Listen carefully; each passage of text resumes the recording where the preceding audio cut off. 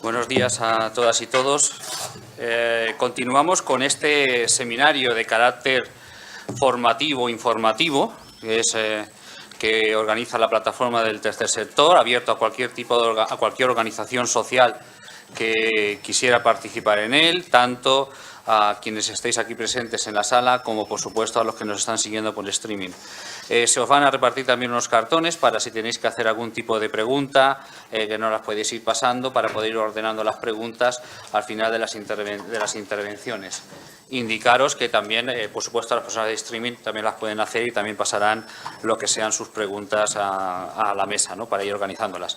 Me acompañan en la mesa hoy, en estos momentos, Rafael de Lorenzo, secretario general de la plataforma del tercer sector, que nos ilustrará sobre el Real Decreto, ¿no? También tenemos a Leopoldo Pérez, que es el vicepresidente de la plataforma, como sabéis, ¿no?, y que ha estado especialmente implicado en todo lo que ha sido la redacción de programas y demás, pero como hay cierta conexión, pues para tener, si en algún momento alguna pregunta surge la necesidad de tener las dos visiones, ¿no?, en este primer momento.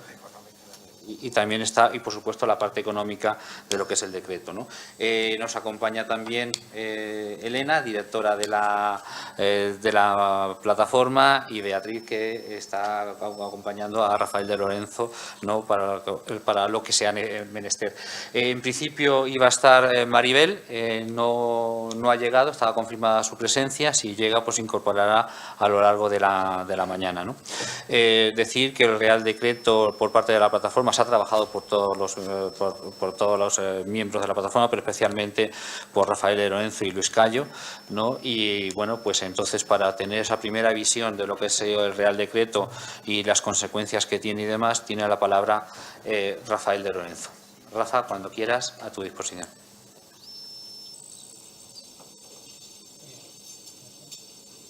Sí, bien, buenos días a todos y a todas. Era importante para la plataforma del tercer sector realizar este seminario de explicación. Queríamos que todos los elementos, todas las piezas estuviesen lo más colocadas posibles, pero desgraciadamente todavía no es así. Las cosas llevan un ritmo que no siempre es el ideal que nos gustaría a todos, para haber podido daros una visión completa del estado de situación a día de hoy. Todavía la convocatoria pues no ha salido, y necesitamos pues conciliar algunos aspectos todavía con el Ministerio. Pero ante la importancia del asunto, a nosotros nos parecía, y perdonar por lo intempestivo de convocar un 31 de julio, nos parecía que no podíamos marcharnos en agosto o no marcharnos, que salga la convocatoria y que no hubiéramos tenido una primera aproximación informativa a dos elementos esenciales de todo el proceso, que ha sido, por un lado, la regulación normativa a través del Real Decreto, complementada con otros elementos no normativos, pero también de validez regulatoria a través del Consejo Territorial de Servicios Sociales y Dependencia, que luego ha validado el Consejo de Ministros y alguna otra publicación. Y por otro, el anexo que irá con la convocatoria, el anexo de programas, que determinará cuáles son los ejes, los programas, las prioridades sobre los que se podrán presentar proyectos concretos. Naturalmente, ante un cambio de modelo como el que estamos, nos parecía importante tener esta primera aproximación, lo cual no quiere decir que vaya a ser la última, porque la plataforma debe y estará todo lo cerca que le sea posible asesorando, informando, y si hace falta teniendo otro tipo de acciones similares para que las organizaciones puedan disponer de la mayor y mejor información posible para presentar los proyectos en un escenario que es en muchos aspectos completamente novedoso.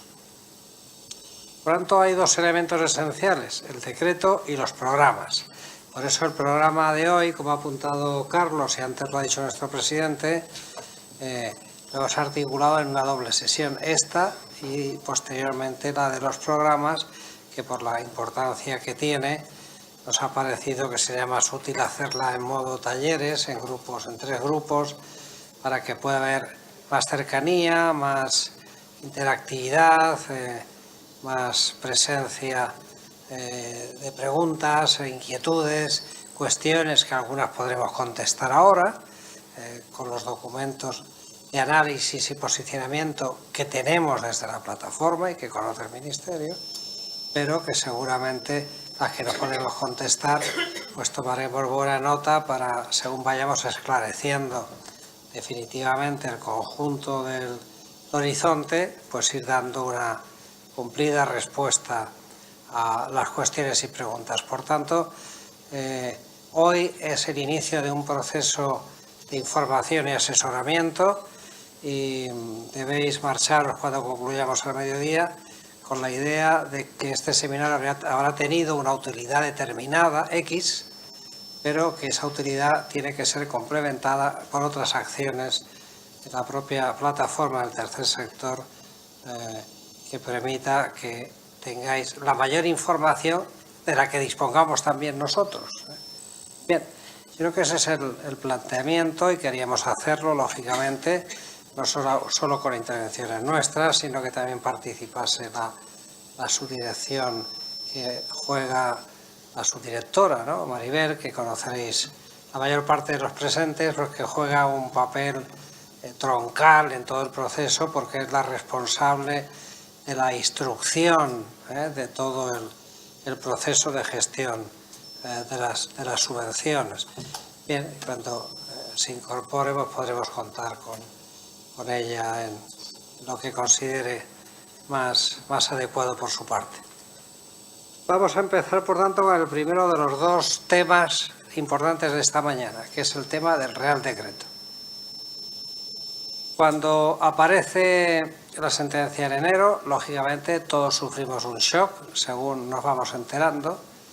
Era un shock de una cierta crónica de una muerte anunciada, después de un montón de sentencias, después del Tribunal Constitucional, después de una experiencia similar que vivimos en 2013, que recordaréis que también fue objeto de acciones informativas, de reuniones de nuestra Asamblea General, de nuestra Junta Directiva, que desembocó en un Real Decreto Ley, que pensábamos que podía ser un asidero firme y duradero para esta cuestión. Luego hemos visto que no, porque a pesar del Decreto Ley luego se han impugnado las convocatorias y el Tribunal Constitucional ha vuelto a las andadas con su doctrina muy radicalizada sobre esta cuestión, con solamente una laguna, de una pequeña luz, de una interpretación diferente y también sostenible por parte del Tribunal Supremo. Recordaréis en aquella sentencia en la que dejó vivo el Real Decreto 536. Bien, pronto, cuando comenzamos a trabajar, la plataforma del tercer sector elabora un plan de trabajo, nos ponemos a hablar con el Ministerio en un clima pues de que lógicamente el único que podía ser. Estábamos ante un problema muy serio para el sector entendido como las personas atendidas y entendido como las organizaciones encargadas de gestionar estos programas para esas personas, pero también el Ministerio, el Gobierno, tenía un problema político importante, porque si esto se venía abajo, pues qué duda cabe que los daños colaterales poco previsibles, pero no serían pequeños ni mucho menos. Por lo tanto, había un interés de fondo en trabajar juntos y así nos pusimos a ello, creando dos ponencias, una para trabajar los decretos, porque inicialmente iba a haber dos, y los programas, la definición de los contenidos. Lógicamente, cuando el Tribunal Constitucional dice que es una competencia fundamentalmente autonómica por tratarse de una materia de asistencia social, la única salida que nos queda, y el Ministerio lo comparte plenamente, es que hay que buscar una vía por la que haya una zona residual o una zona todo lo ancha que fuéramos capaces de dibujar que permitiese la subsistencia de programas de ámbito estatal que no fueran asistencia social. Y esta era la gran dificultad. Esto no era como cuadrar el círculo, pero parecido. Bien, con el decreto estos meses hemos trabajado con diversos borradores, nos hemos intercambiado cuestiones, hemos llegado a un texto casi último el 29 de junio, que finalmente, como sabéis, aprobó el Consejo de Ministros el 21 de julio, se publicó el 22 sábado, o sea, había prisa y se demostró, y entró en vigor al día siguiente, el 23 de julio. Este decreto 927/2017 está en vigor desde el 23 de julio. Es una norma complicada porque contiene elementos que provienen de etapas anteriores, fundamentalmente del decreto 536 del año 13, porque en definitiva estamos ante bases de convocatorias, de convocatoria de ayudas, y un aspecto muy importante del decreto, lo digo ya, son elementos de carácter procedimental, que vienen enmarcados fundamentalmente por la Ley General de Subvenciones y su reglamento, también por las leyes administrativas estatales, tanto la Ley de Procedimiento Administrativo Común como la Ley del Régimen Jurídico del Sector Público. Por tanto, hay poco margen de maniobra, más allá del que las propias normas dejaban en cuanto a la configuración de plazos o a la toma de distintas opciones según unas fórmulas u otras que la ley prevé, especialmente en materia de justificación y en algunas otras. Pero toda esa parte podía tener pocas novedades. Nosotros trabajábamos contrarreloj y por eso queríamos que el nuevo Real Decreto se ajustara a dos elementos muy importantes. Por una parte, la simplificación, había que buscar elementos que facilitaran la comprensión, y por otra la agilidad. Había que revisar los plazos, porque había plazos que se podían recortar, la ley daba margen para ello, la Ley General de Subvenciones, y por tanto con ese espíritu abordamos los trabajos del Real Decreto. Pero había elementos nuevos. Estábamos fundamentalmente ante un nuevo modelo que articulaba la gestión del IRPF en dos tramos, un tramo estatal y un tramo autonómico. Y había que definir bien y casar todas esas piezas porque no era nada fácil ni desde el punto de vista de los contenidos, del enfoque finalista de los programas, de los beneficiarios, sobre todo las entidades beneficiarias, y principalmente cuáles podrían ser las garantías, las condicionalidades que el Estado podría poner a las comunidades autónomas para asegurar que esto siguiera siendo más o menos, porque las cosas siempre cambian algo, más o menos lo que fuera reconocible, lo que hemos entendido todos estos 30 años por el IRPF para fines sociales, ahora reformulados como fines de interés general considerados de interés social, que fue lo que dijo el Real Decreto Ley 7 de 2013. No basta con que persigamos fines de interés general, porque eso lo hacen otras entidades de cooperación, de medio ambiente, las culturales, las deportivas, podríamos enumerar un montón, como se ve en la Ley de Asociaciones o en la Ley de Fundaciones. Lo que tenían dentro de ese término genérico de interés general, tenían que tener específicamente afrontar el segmento de ser consideradas de interés social. Y para eso ponía como referencia de lo que debía entenderse por interés social artículo 6 de la Ley del Voluntariado del año 96, que luego se adaptó a la nueva Ley del Voluntariado y también se ha puesto en conexión con la nueva Ley del Tercer Sector. Por lo tanto, el trabajo era complejo. Respecto a las comunidades autónomas, nosotros planteábamos que por razones de seguridad jurídica hubiese también un Real Decreto que regulase todas estas cuestiones.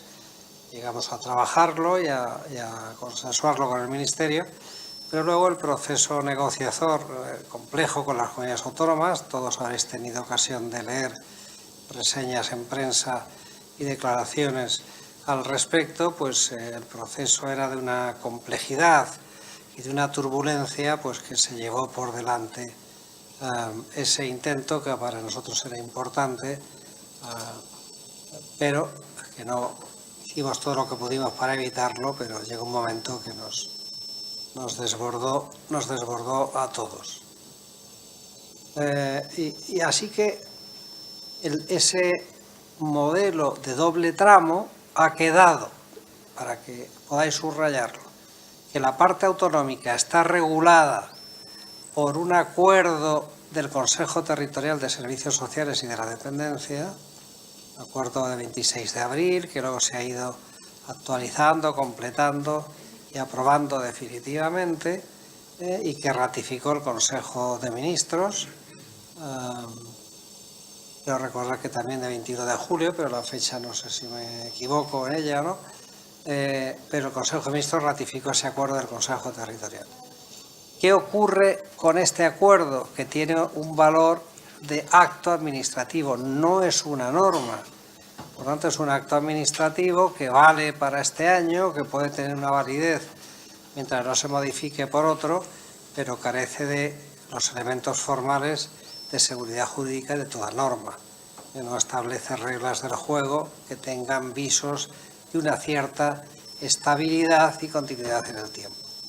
Bien, en todo caso, sí es cierto que algunas de las condicionalidades y seguridades que pedíamos se han recogido en el acuerdo del Consejo Territorial y por lo menos tenemos una relativa, pero no, yo no la minusvalaría, una relativa y razonable seguridad de que si las partes cumplen, especialmente las comunidades autónomas y las ciudades con estatuto de autonomía, las cosas van a seguir discurriendo por carriles reconocibles, pero desde la diversidad y la heterogeneidad que es consustancial a nuestro modelo autonómico. Bien, eso ha quedado por una parte. La parte del tramo estatal, por lo tanto, sí que iba por un decreto que hemos trabajado. Esta forma de pergeñar o dibujar el modelo de doble tramo se ha recogido en el preámbulo de este Real Decreto del 729, que tiene un par de párrafos o tres que expresan muy someramente, pero creo que de manera suficiente, en qué ha consistido este doble tramo y por lo tanto deja ahí una huella y deja claramente plasmado como un antecedente normativo esta cuestión. Nos encontramos pues ante un decreto de 22 artículos donde hay algunos aspectos que tienen que ver un poco con la arquitectura general del tramo estatal, en las que yo me centraré un poquito más, y tiene un segundo aspecto muy relevante en relación con todo lo que tiene que ver con la gestión económico-financiera de estas subvenciones. Por eso nos pusimos de acuerdo Leopoldo Pérez, vicepresidente de la plataforma, que es el hombre que tiene la responsabilidad de la gestión económico-financiera en la plataforma, y le pedimos que él pudiera dar unas pinceladas de esos elementos, especialmente a partir del artículo 14 en adelante del decreto, tiene 22, y también poder luego dar las respuestas que vengan sobre esa cuestión. Por lo tanto, primera idea, el decreto 729 no es una norma que establezca la arquitectura general del nuevo modelo, solo tiene esa referencia en el preámbulo, pero no la tiene. Es al 99,9% lo que es un decreto de bases de convocatoria de las ayudas. Es el que tendrán que basarse las futuras resoluciones de convocatoria anual. Es la norma de referencia y es un decreto que sustituye íntegramente al 536 de 2013, que era el anterior, que teóricamente estaba vigente porque había sido vapuleado por tierra, mar y aire por el Tribunal Constitucional. Por lo tanto, en la medida de los aspectos que quedasen vigentes, que quedasen vivos, este nuevo Real Decreto los deroga y lo deja completamente sin efecto. Así que este 927 va a ser la única norma que va a regular las bases de convocatoria. Pero este Real Decreto, claro, se dicta en un contexto en el que, por una parte, sigue vigente el Real Decreto Ley 7/2013, que fue el que dio el giro importante de justificación constitucional de los programas sociales del 07, y por otra parte se ha aprobado desde entonces para acá tanto la ley del voluntariado, que es importante a los efectos de lo que estamos hablando, para determinar cuáles son los fines considerados de interés social, y por otra la propia ley del tercer sector de acción social, que indiscutiblemente establece un elemento esencial, basilar, que es la definición de qué son las entidades del tercer sector de acción social. Y esa es la norma de referencia en el ámbito estatal por encima de cualquier otra, incluso por encima del Real Decreto Ley 7/2013, porque es una norma de igual rango, pero una norma posterior. Todos sabemos que el ex posterior deroga el ex anterior. Bien, pues vamos entonces, a partir de ubicar bien este decreto, vamos a ver algunos elementos importantes. Porque este decreto, por ejemplo, vais a encontrar en él, lo habréis ya visto al derecho y al revés seguramente, pero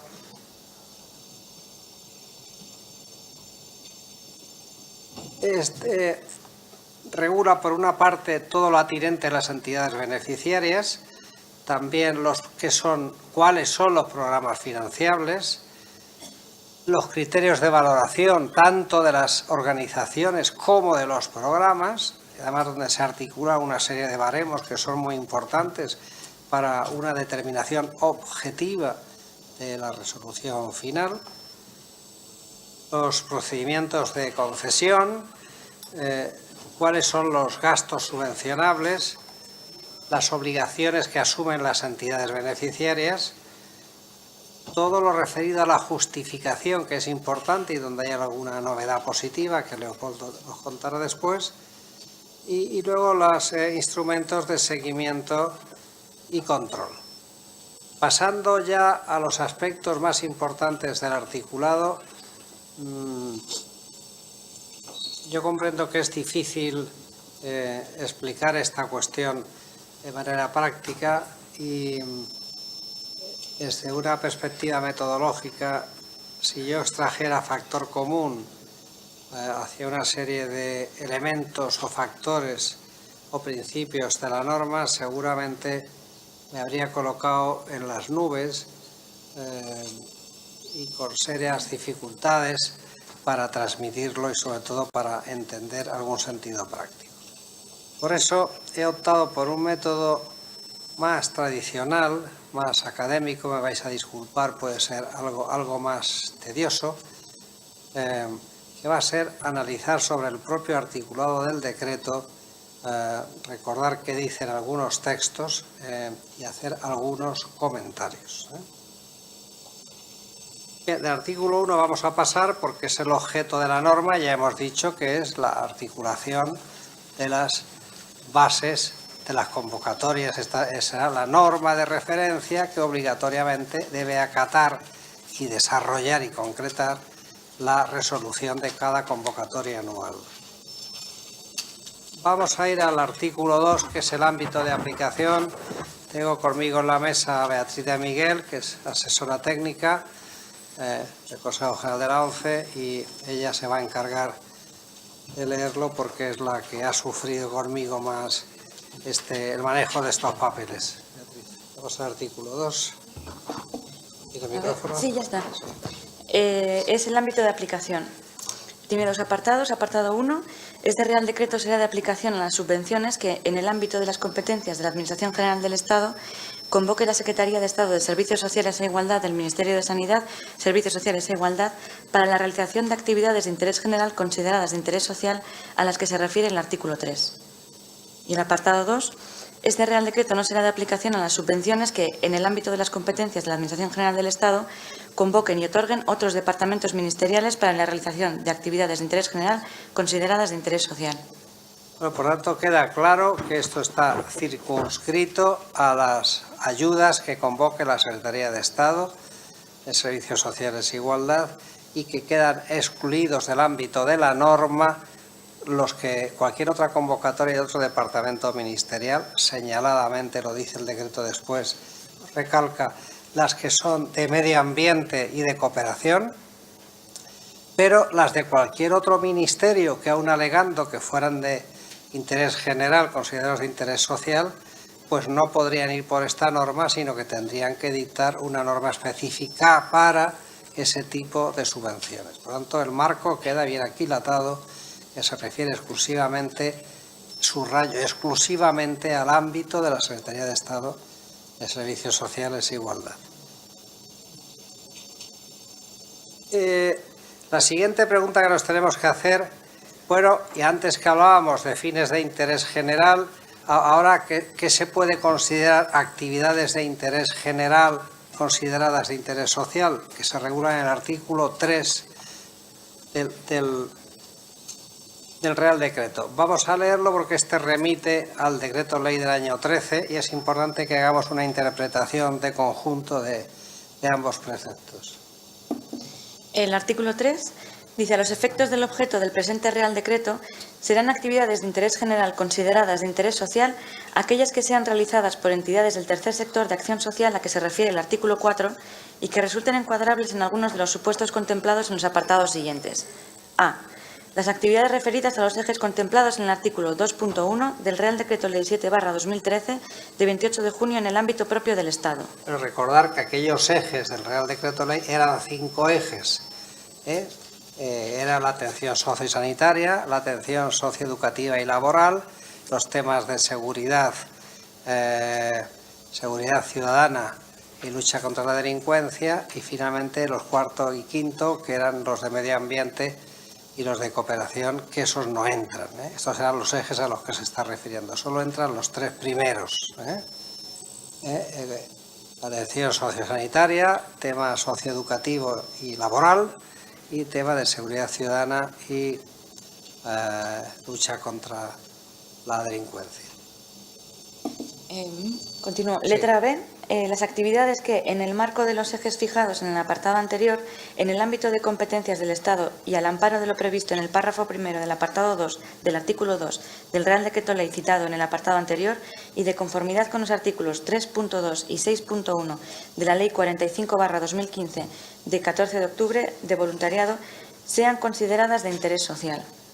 Va definiendo, por tanto, distintos supuestos. Hay que primero ser una entidad del tercer sector, que está en el artículo 4 y la veremos después, enseguida, y está diciendo que son aquellas, en primer lugar, que desarrollan las actividades que encajen con los ejes del Real Decreto Ley. Por eso es tan importante, luego la siguiente sesión, me carga el capuchón, por no estar aquí jugando con la pelotita.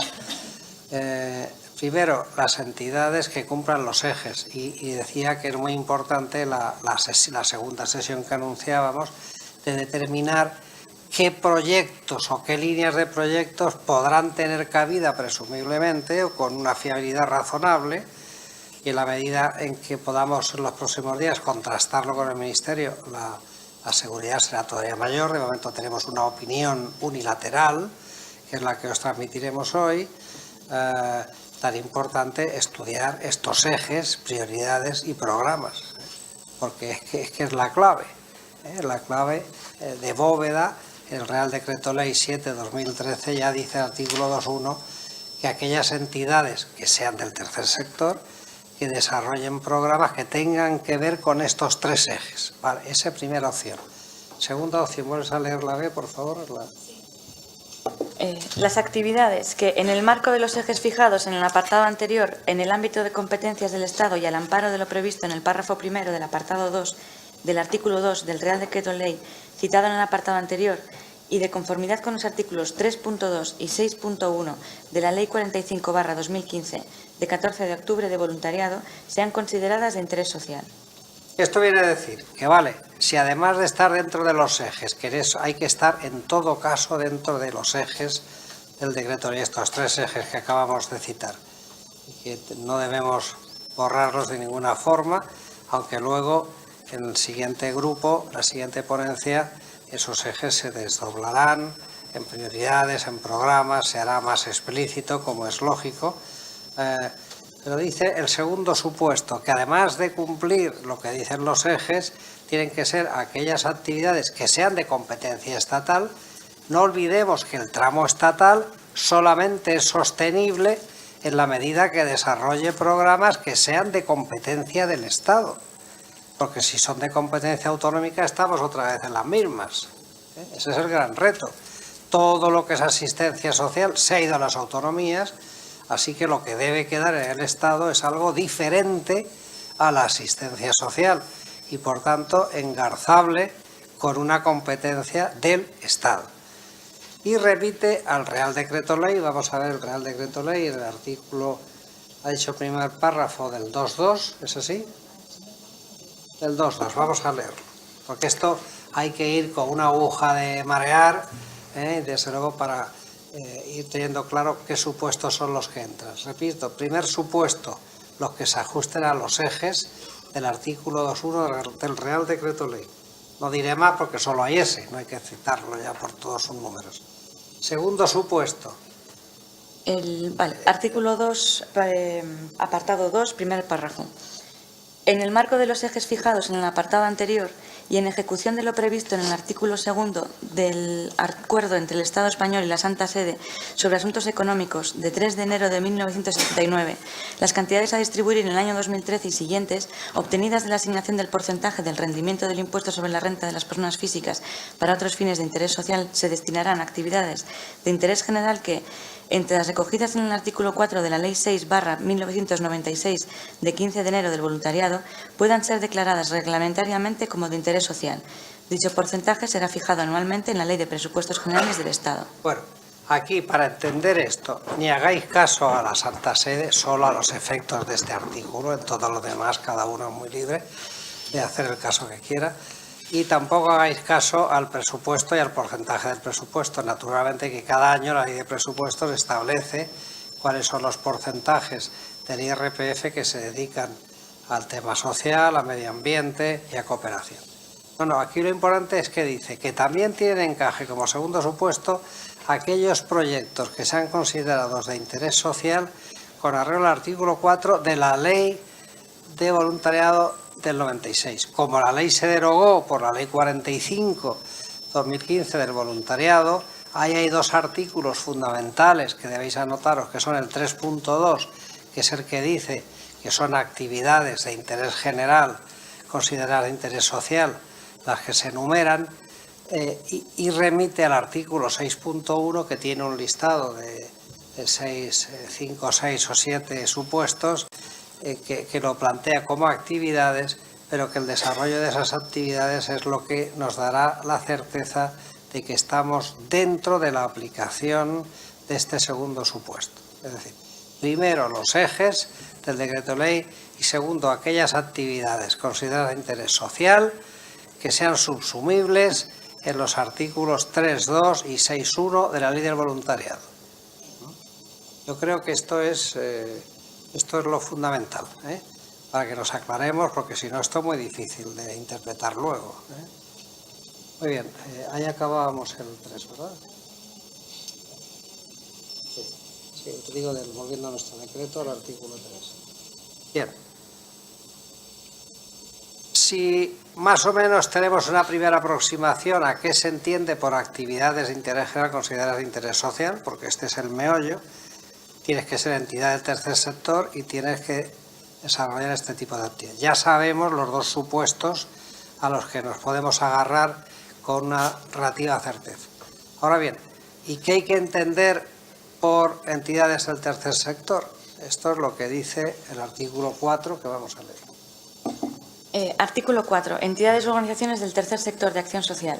Se considerarán, a los efectos del objeto del presente Real Decreto, entidades u organizaciones del tercer sector de acción social las contempladas en el segundo párrafo del apartado 2 del artículo 2 y artículo 3 del Real Decreto Ley 7/2013 de 28 de junio, en relación con la definición contenida en el artículo 2 de la Ley 43/2015 de 9 de octubre del tercer sector de acción social.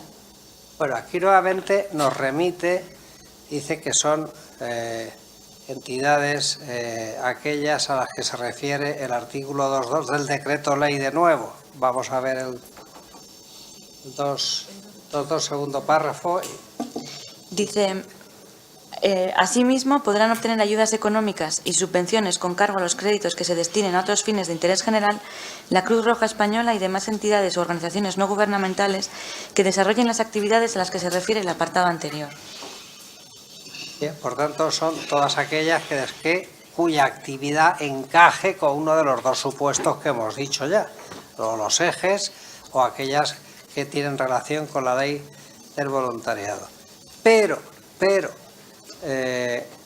hay un artículo 3 importante que tenemos que ver. Adelante. El artículo Del 3. decreto ley. Sí. Dice, entidades del tercer sector colaboradoras con las administraciones públicas.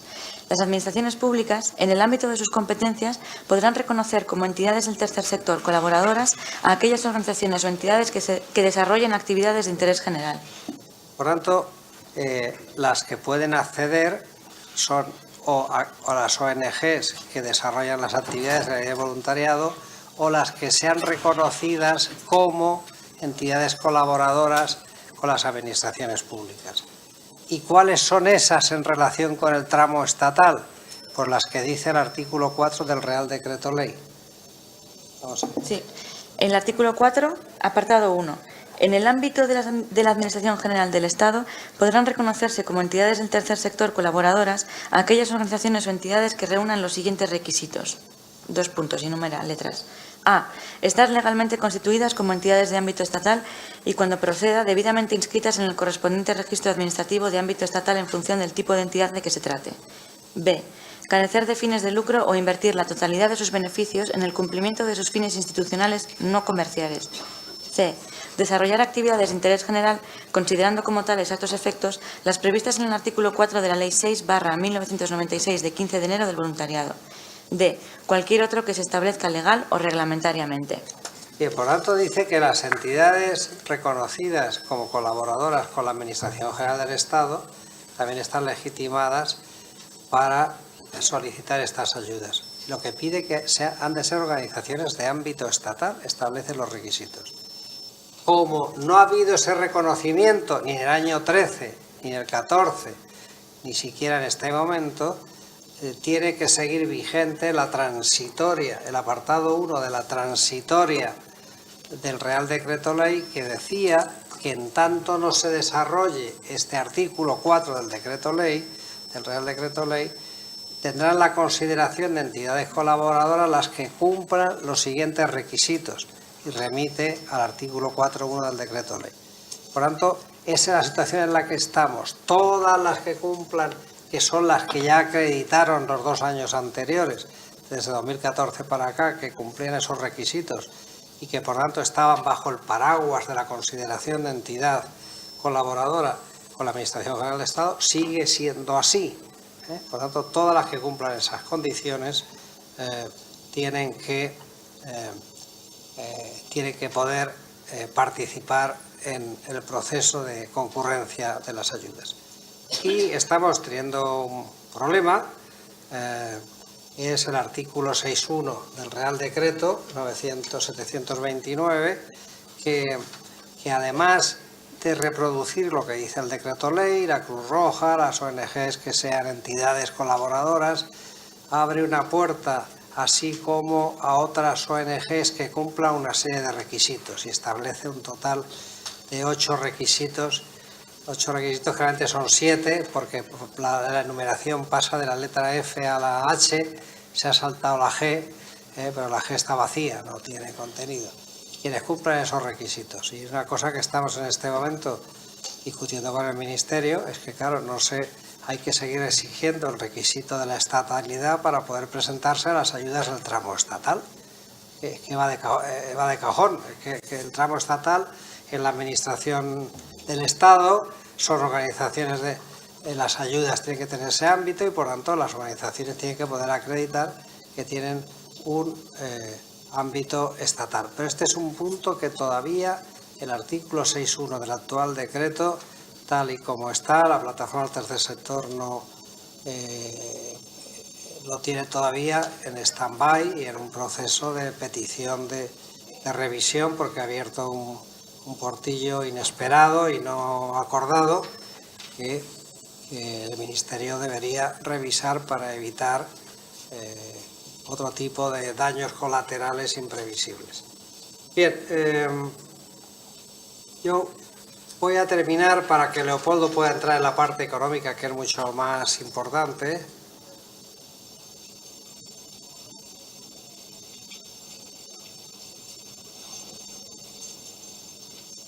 En cuanto a los órganos competentes, sigue habiendo 3 órganos principales: la subdirección de ONGs y voluntariado, que hace el papel de órgano instructor, impulsor de todo el procedimiento; la comisión de evaluación, que es la que aplica los baremos y hace el informe propuesta, decidiendo cuál es la puntuación de las entidades beneficiarias y cuál es la cuantía que se propone de subvención.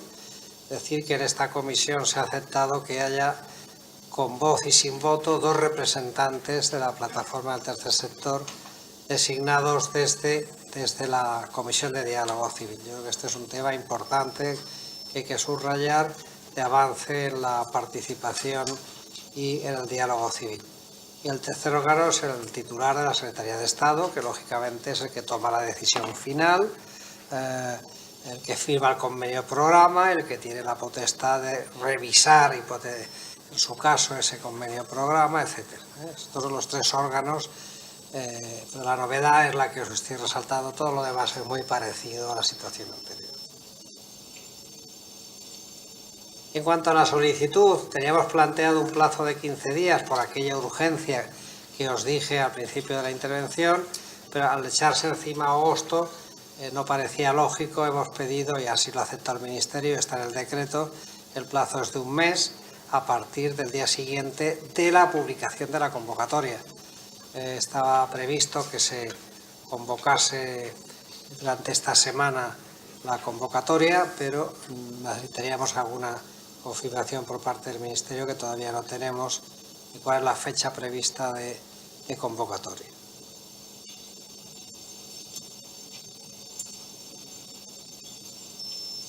Resaltaros que hay un artículo 10 muy importante que debéis analizar con detenimiento. Yo no lo voy a explicar, nada más que en el sentido de que los criterios de valoración son, por una parte, sobre las entidades solicitantes y, por otra parte, sobre los programas a financiar. Y hay una serie de entre 10, 11 y 13 ítems o requisitos, parámetros de valoración con su puntuación correspondiente, que es con el sumatorio de todo, con lo que cada organización solicitante obtendrá una puntuación respecto del proyecto, del programa solicitado. Que hay un esfuerzo importante de objetividad, se da mucho peso a la presencia de las organizaciones, la presencia territorial, que están en 8 más comunidades, pero como mérito, no como requisito de entrada. su implantación real en cuanto al número de socios afiliados en el ámbito territorial de que se trate, la antigüedad que tenga, si tiene una presencia superior a esas 8 comunidades. Bueno, hay una serie de baremos. Los demás pues son bastante habituales. Se valora también la innovación, la calidad, la transparencia. Bien, deciros que hay una regulación bastante completa que va a favorecer la objetividad de las resoluciones y, por tanto, la seguridad jurídica. Y sobre informes y resolución no voy a deciros nada más que en resolución, antes de la resolución final, además de la opinión del Consejo Estatal de ONG, se pedirá también la de la Comisión del Diálogo Civil, lo cual se han mantenido aquí elementos también de participación importante en el cierre, en el final del proceso. Yo creo que todo esto pues son unido a la presencia en la propia Comisión de Evaluación, son elementos de participación y de incorporación a todo el proceso que nos dará visibilidad y la posibilidad de, bueno, pues de expresar ahí y defender al sector con el mismo rigor y objetividad que obliga a la norma y con el mismo grado de confidencialidad que el resto de los miembros de la comisión. Bien, yo voy a acabar diciéndose en cuanto a las disposiciones transitorias y demás, no tienen gran importancia, salvo que hay una prevista para los proyectos de inversión que no hubieran concluido su ejecución material y que está previsto que puedan ser complementados por la Secretaría de Estado siempre que el proyecto de que se trate sea de ámbito estatal, claro, porque si es de ámbito autonómico, entonces quien deberá responder es la comunidad autónoma. Yo creo que nada más para no entreteneros, y yo ya le pediría a nuestro vicepresidente de Asuntos Económicos, a Leopoldo, que sea él el que subraye los aspectos que considere más importantes y novedosos de la segunda parte del decreto sobre temas económicos y financieros. Muchas gracias.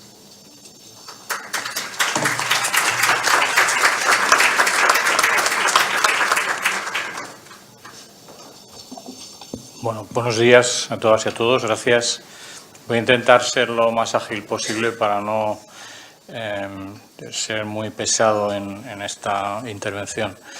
Empiezo comentando a partir del artículo 14, convenio programa. Realmente en esta última parte no hay muchas novedades, hay algunas que son en las que me detendré. Como sabéis, la subvención se instrumenta a través de un convenio programa en el cual que firma el Secretario de Estado de Servicios Sociales e Igualdad con los representantes de las organizaciones, en los cuales se determinan las obligaciones que contraen las partes, la cuantía de la subvención concedida, las modalidades del cumplimiento, plazo de ejecución, forma de pago, etcétera, ¿no? Aquí no hay novedad sobre la regulación anterior. Quiere decir que cuando estamos hablando aquí del artículo 14, en el Real Decreto 536 del año 13 estamos en el artículo 12. Hay simplemente un decalaje de 2 artículos. En cuanto al abono de la subvención, bueno, pues la entidad tiene que estar al corriente de sus obligaciones tributarias. En el supuesto de que tenga autorizadas subcontrataciones, deberá aportar la misma documentación de las entidades subcontratadas. Se prevé que cuando haya personal voluntario pues se acredite la suscripción de una póliza de seguro de accidentes, enfermedad y responsabilidad civil.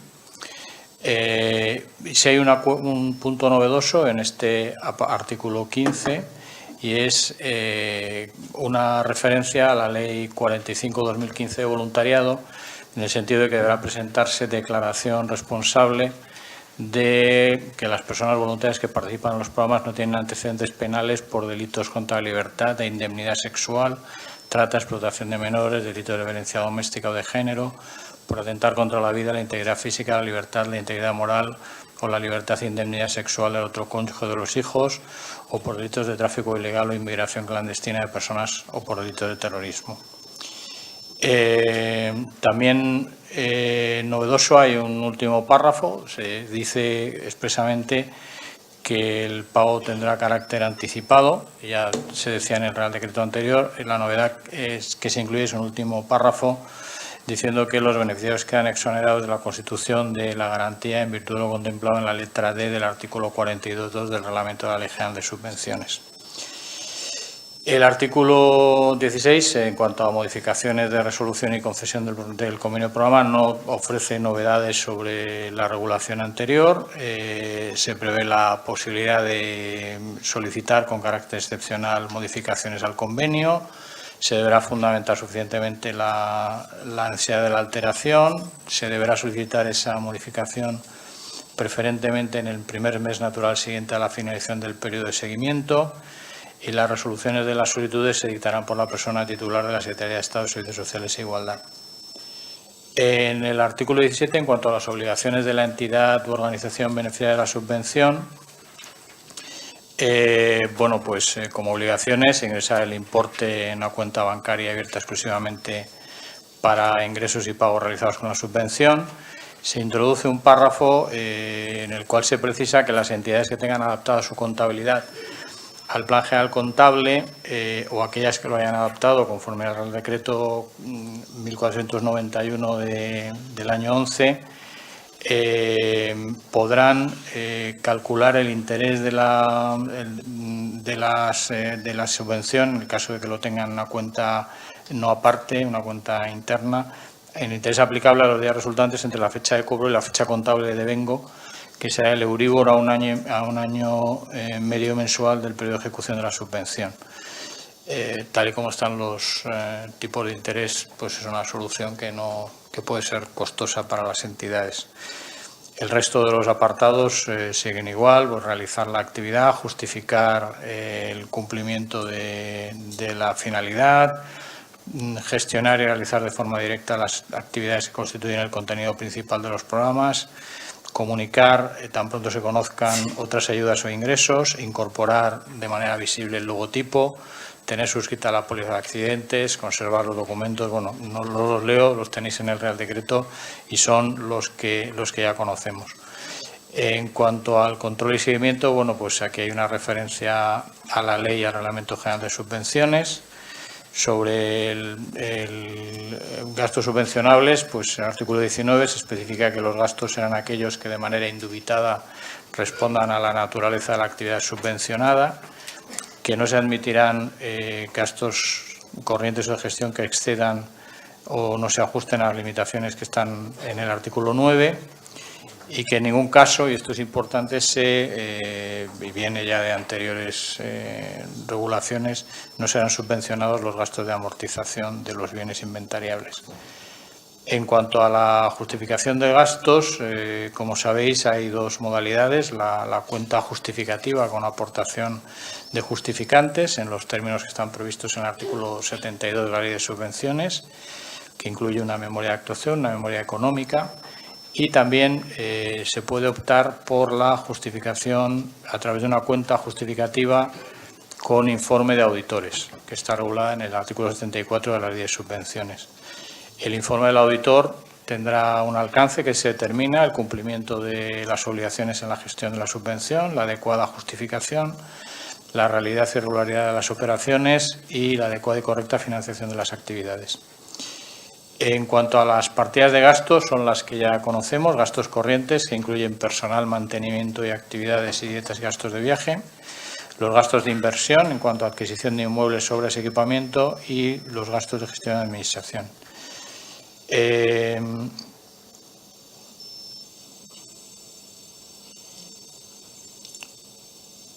Novedad en este artículo 20, he dicho 20, sí, en el artículo 20 es el apartado 4.5, donde se ha incorporado una propuesta que hizo la plataforma, donde se dice que se aportarán facturas o recibos originales emitidos en cualquier medio válido en derecho para justificar los gastos efectuados.